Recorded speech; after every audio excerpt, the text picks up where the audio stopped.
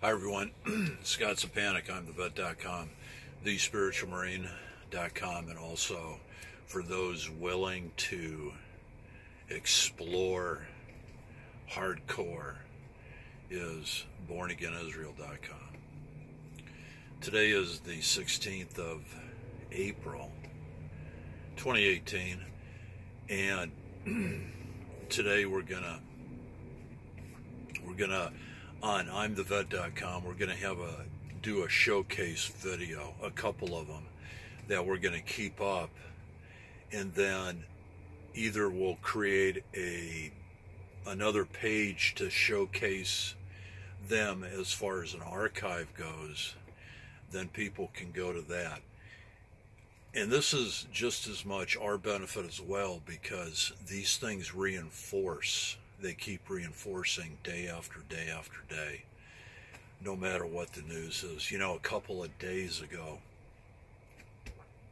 we watched a Netflix movie by the name of The Titan. Now, parenthetically, Netflix is widely known for their dark exposure to which movies that they showcase. We showcase certain things to bring out the truth or the revelation of what they're up to and what they're doing. The Titan has to do with genetic engineering and how it basically gave a dystopian theme to the movie.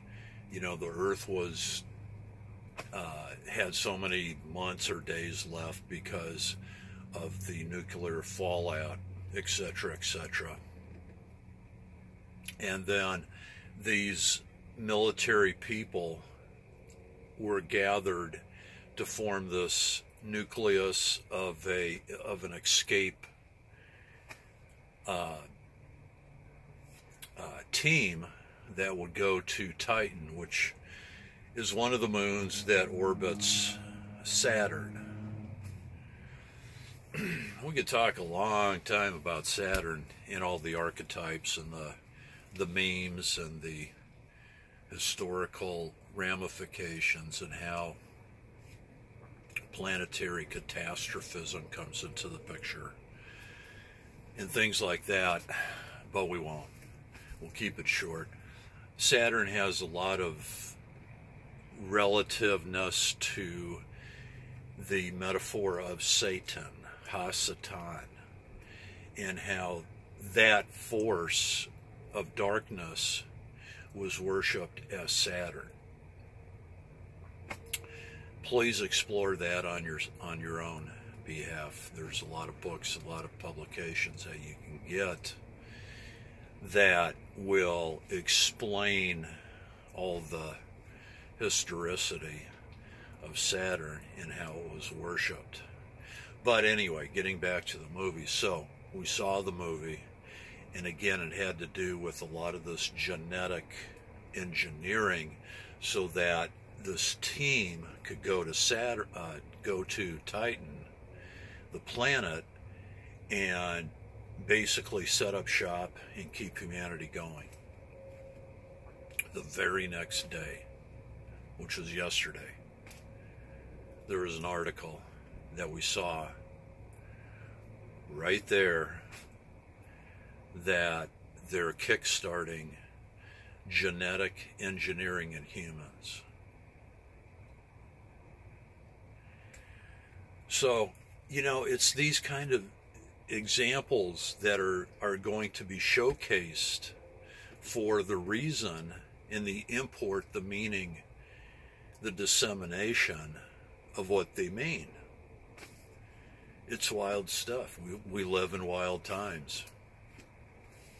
And you know, there's another, it's like this universal law that they have to showcase. It's weird. They have to show things before they're going to take place.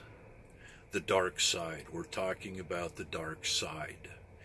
And a lot of times they do it with the intent of entertainment. They do it again with the intent of entertainment, so that people are entertained in a lot of these dystopian plots, that at the end the good guy will win, when in fact that is their intent, is to show people so that people can't come back later and say, well, we weren't warned, or we didn't know about it.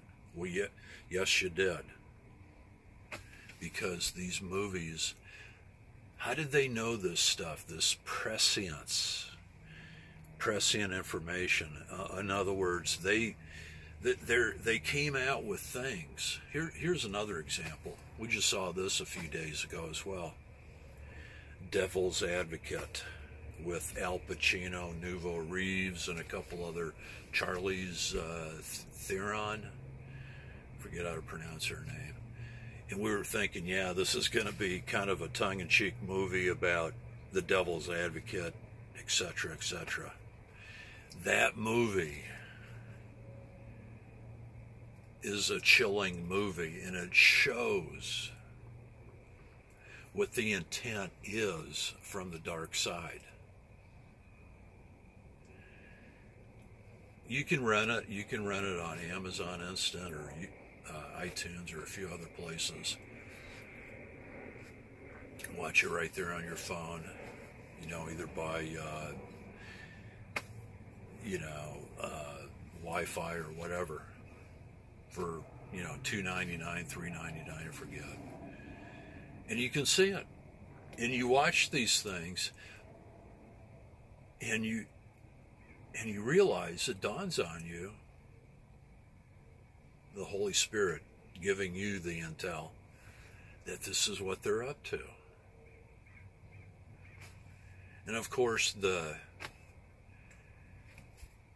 universal law of having to advise the people of what they're planning to do is represented in 1984. Watch that movie. Watch that movie.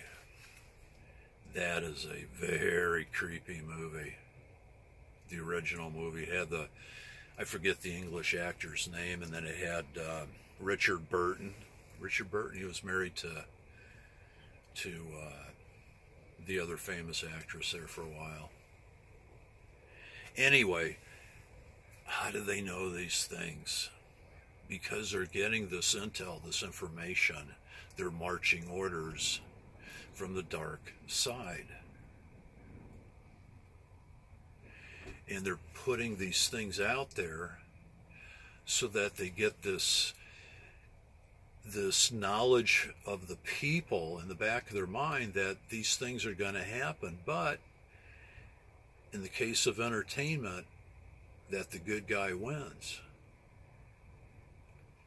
It's what you call predictive programming. Predictive programming. But their intent goes way beyond that. They're wanting people to know this is what's coming down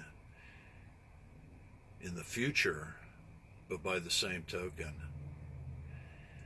they want people to not realize that according to them and their intent, that it will happen. Now, genetic engineering, building the Superman, the Superwoman, and all these other things that people are entertained by, so that they're indoctrinated in that sense through the modus operandi or the module of entertainment, so that they're indoctrinated into the dark side. We'll leave you with this thought. What is sin? Sin, people think they have this grandiose comic book vision, or the way things work in their minds is they see God, and if they sin against God, they think God's going to come down with this great big celestial hammer and knock them over the head. It goes way beyond that. Because sin is nothing more than deception. That's all sin is deception. They have to deceive the enemy, their enemy, which is mankind, God's creation. And we're going to put up a corollary film by Jason A. Jason A. comes out with some really good stuff sometimes. And we're going to put up one of his vids that just came out the other day, and it really showcases a lot of things. It's kind of like a compendium of all the events that are up to date. And one of the speakers on the video makes the point about in the Garden of Eden that it was the most celebrated cherub, which if you go back into the historicity of the Old Testament, the Old Covenant, that cherub was none other than Ha-Satan, Satan, Beelzebub, the devil with the capital D. And he was in charge of guarding, as a guard, as a cherubim, the highest order of guarding the Garden of Eden. And this is just postulation that he went bad, and that's where he tempted Adam and Eve. First it was Eve, then it was Adam. And then after that, everything rolled downhill. And here we are, thousands of years later. So, recognize who the enemy is. The enemy is the enemy to our soul. And it comes in a lot of different ways. It's a spiritual fight. It's a spiritual battle. It's a spiritual war. And we need to be cognizant of those things so that we can help spread the light. Because darkness cannot stand, literally, to be in the light. And if you don't show your light, then that darkness will try to envelop it and crush it. But since you got the light, you have that spiritual power where you can dispel the darkness. And that's the ultimate war right there. It's truth over non-truth. And it's the crucible of Christ that sheds that truth. Love you guys. Stay in the fight. Keep the faith. Don't quit. And be an overcomer. And we'll talk soon.